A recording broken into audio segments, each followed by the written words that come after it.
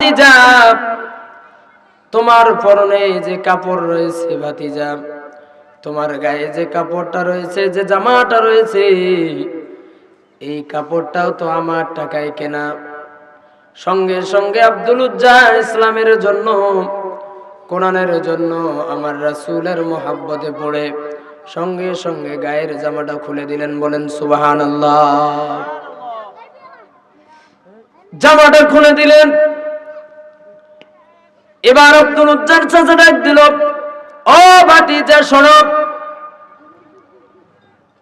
শুধু জামা খুলে দিলেই হবে না ভাতিজা, তোমার পরনে যে লুঙ্গিটা রয়েছে ভাতিজা, এই লুঙ্গিটাও তো আমার টাকায় কেনা। আব্দুল উজ্জা ডাক দিল, চাচা, ও চাচা, আমি যদি লুঙ্গিটা খুলে দেই আমার ইজ্জত, আমার সম্ভ্রম মানুষ দেখবে। আমি লুঙ্গিটা পরে তোমার কাছে কিচ্ছু চাই না, লুঙ্গিটা পরে রাসূলের দরবারে যেতে চাই। চাচা বলল, ভাতিজা শোনো, এই লুঙ্গিটাও যেহেতু আমার টাকায় কেনা, অতএব শোনো, এই লুঙ্গিটাও খুলে দিয়ে তোমাকে যাইতে হবে মুহাম্মাদের দরবারে। এবার আব্দুল উজ্জা লুঙ্গিটাও খুলে দিয়ে সোজা বাড়িতে চলে গেলেন মায়ের কাছে। মাকে ডাক দিলেন, মা, ও মা, তাকা দেখো, তোমার সন্তান আব্দুল উজ্জা বড় অসহায় হয়ে তোমার সামনে এসে দাঁড়িয়েছে, সবকিছু হারিয়ে। মা দরজা খুললেন। দরজা খোলার পরে লক্ষ্য করে দেখে, সর্বনাশ, আমার সন্তানের শরীরে তো কিছুই নাই। সঙ্গে সঙ্গে মা চোখ দুইটা ঢেকে ধরলেন, সন্তান, ও বাবা আব্দুল উজ্জা, তোমার এই অবস্থা কেন? আব্দুল উজ্জা ডাক দিলেন, মা, আমি মুহাম্মদুর রাসূলুল্লাহ সাল্লাল্লাহু আলাইহি ওয়াসাল্লামের দরবারে যেতে চাই, কালিমা পড়তে চাই, কোরআনটাকে মেনে নিতে চাই, আমি কালিমার ছায়াতলে যেতে চাই। এই কথাটা চাচাকে বলবার কারণে আমার চাচা আমার থেকে সব কিছু কেড়ে নিয়েছে। আল্লাহু আকবার বলেন। মা বলল, বাবা আমার কাছে কেন এসেছো? আব্দুল উজ্জা ডাক দিলেন, মা, আমাকে একটু কাপড়ের ব্যবস্থা করে দাও, আমার লজ্জার স্থানটাকে আমি ঢেকে আমি চলে যেতে চাই মুহাম্মাদুর রাসূলুল্লাহ সাল্লাল্লাহু আলাইহি ওয়াসাল্লামের দরবারে।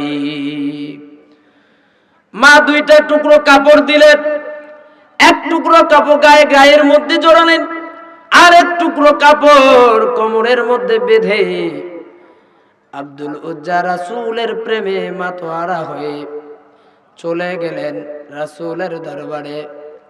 রাসূলের দরবারে গিয়ে বসে আছেন আল্লাহর পয়গম্বর মুহাম্মদুর রাসূলুল্লাহ সাল্লাল্লাহু আলাইহি ওয়াসাল্লাম। কিছুক্ষণ পর আসলেন, দেখে লক্ষ্য করে একটা মানুষ আঁটো হয়ে হাঁটুর মধ্যে মুখ লাগায়া বসে আছে। আল্লাহর পয়গম্বর ডাক দিলেন, কে গো তুমি? ও আল্লাহর গোলাম, কে তুমি এখানে এভাবে বসে আছো? আব্দুল উজ্জা ডাক দিয়ে বললেন, আমি আপনাকে এই কথা বলতে পারবো না, কেন এসেছি, কোথা থেকে এসেছি।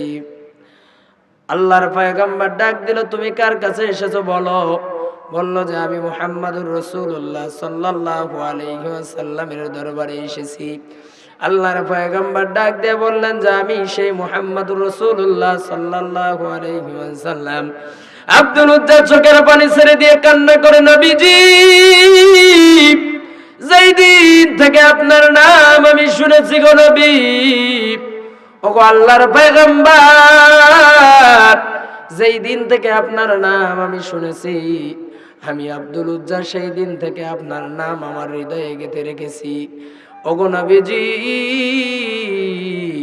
আজকে আপনার দরবারে এসেছি, আমি কালিমা পড়ে মুসলমান হতে চাই। আল্লাহর পয়গম্বর বলল, তোমার নাম? বলল যে আমার নাম আব্দুল উজ্জা। ও আব্দুল উজ্জা, তোমার এই অবস্থা কেন? তোমার শরীরে কাপড় নাই, এত শর্ট কাপড় পরে এসেছো, তার কারণটা কি?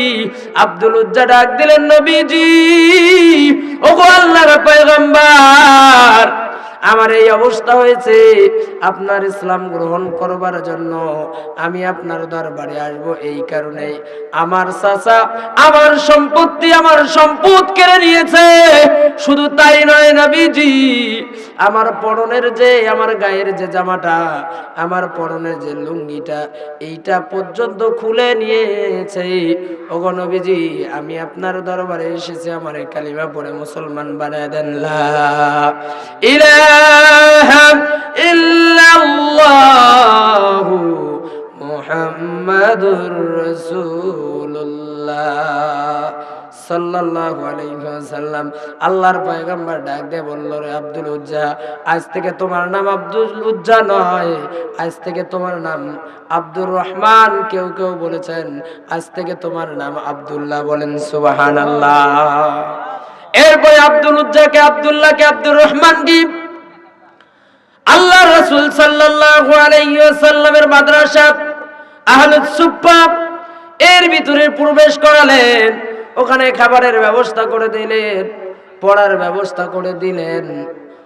ওগো আল্লাহর গোলামেরা একটু খেয়াল করেন, কিছুদিন পরেই এই আব্দুল্লাহর ব্যাপারে, আব্দুল উজ্জার ব্যাপারে আল্লাহ রাসূলের কাছে সাহাবায়ে কিরাম নালিশ দিলেন, বিচার দিলেন। ইয়া রাসূলুল্লাহ, ইয়া হাবিবাল্লাহ, আপনার সাহাবী আব্দুল উজ্জা, আব্দুর রহমান এত জোরে জোরে কোরআন তেলাওয়াত করে, ওগো আল্লাহর নবী, আমাদের কষ্ট হয়ে যায়। আল্লাহর পয়গম্বর ডাক দিয়া বললেন, আমার সাহাবীরা শোনো, আব্দুর রহমান, আব্দুল উজ্জা যত জোরে ইচ্ছা তত জোরেই সে পড়তে থাকুক, কোরআনুল কারীম পড়তে দাও, তাকে পড়তে দাও।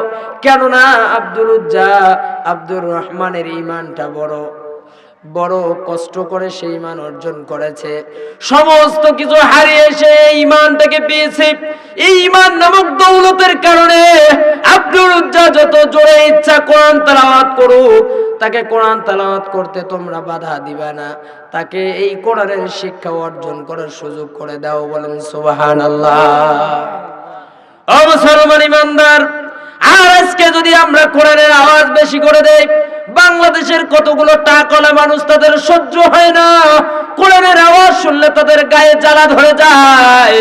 আজকে আমাদের এই কোরআনটাকে স্তব্ধ করে দেওয়ার জন্য 41 সালের একটা মিশন নিয়ে এই শিক্ষা ব্যবস্থার ভিতরে, শিক্ষা কারিকুলামের ভিতরে বাবার মাথা আর কারো বা স্বামীর মাথা, নানান ধরনের আজে বাজে জিনিসগুলো এই বইয়ের ভিতরে ঢোকায়া দিয়া, ছেলে থাকি মেয়ে হইছে, মেয়ে থাকি ছেলে হইছে, এই আজে বাজে আউল ফাউল কিছু কথা ঢোকায়া দিয়া আমাদের মগজকে ধোলাই করে দিয়া, এদেরও একটা মিশন, এদেরও একটা মিশন। আমরাও 20 বছর পরে বলবো আনাস্তু বিরাব্বিকুম। আল্লাহ তাআলা বলেছিলেন, আমার গোলামেরা, আমি কি তোমাদের রব নই? তোমরা কোন দিকে যাও? আমরাও কিন্তু সেই দিন বলেছিলাম ক্বালু বালা, আমরা হ্যাঁ হ্যাঁ, ও আল্লাহ আপনি তো আমাদের রব। আমরা যেমন সেই দিন স্বীকৃতি দিয়েছিলাম, ও মালিক আপনি তো আমাদের রব। এখন বলেন তো দেখি, এই পৃথিবীর জমিনে আমরা আছি, যেখানেই যাই না কেন, আমরা যদি বই পড়ি, ঘুমাতে যাই, খাইতে যাই, হাঁটতে যাই, চলতে যাই, বলতে যাই, তাহলে আল্লাহর আইন মেনে চলার দরকার আছে না নাই? কথা বলেন, আছে না নাই?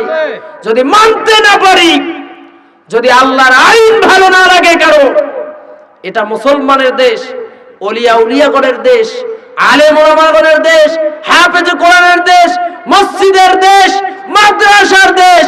যদি কারো এই দেশে আল্লাহর আইন পালন করতে ভালো না লাগে, আল্লাহর আইন মানতে ভালো না লাগে, তাদের উদ্দেশ্যে বলি, যদি ভালো না লাগে তাহলে হিন্দুস্তানে চলে যাও। ঠিক কিনা বলেন? যদি আল্লাহর আইন ভালো না লাগে, আল্লাহর গোলামি করতে মন না চায়, তাহলে তোমরা মাটির তলায় গিয়ে বাসা করো, আল্লাহর জমিন ছেড়ে চলে যাও। অন্যথা যদি ভালো না লাগে, ফেরাউনের কারিকুলাম যদি তোমরা আল্লাহর জমিনে বাস্তবায়ন করার চিন্তা ভাবনা করো, তারপরেও তোমরা মনে রাখো, ফেরাউন যেমন তার আইন বাস্তবায়ন করেছে, তেমনি আল্লাহ তাআলা এই ফেরাউনকে, আল্লাহ পাক রব্বুল আলামিন ওই সাগরের মধ্যে নিয়ে তাকে চুবায়া চুবায়া পৃথিবীর থেকে বিদায় করে দিয়েছে। সে মরে গেছে ঠিকই, কিন্তু এই নব্য ফেরাউন যারা আছো, তোমরা কান খুলে শুনে নাও, তোমাদের জন্য ইতিহাস ওই ফেরাউনের শুটকি। এখনো মিশরের জাদুঘরে ফেরাউনের লাশটা রয়েছে, ওখান থেকে তোমরা শিক্ষা গ্রহণ করো।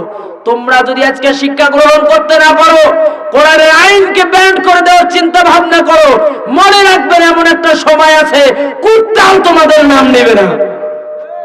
ঠিক কিনা বলেন?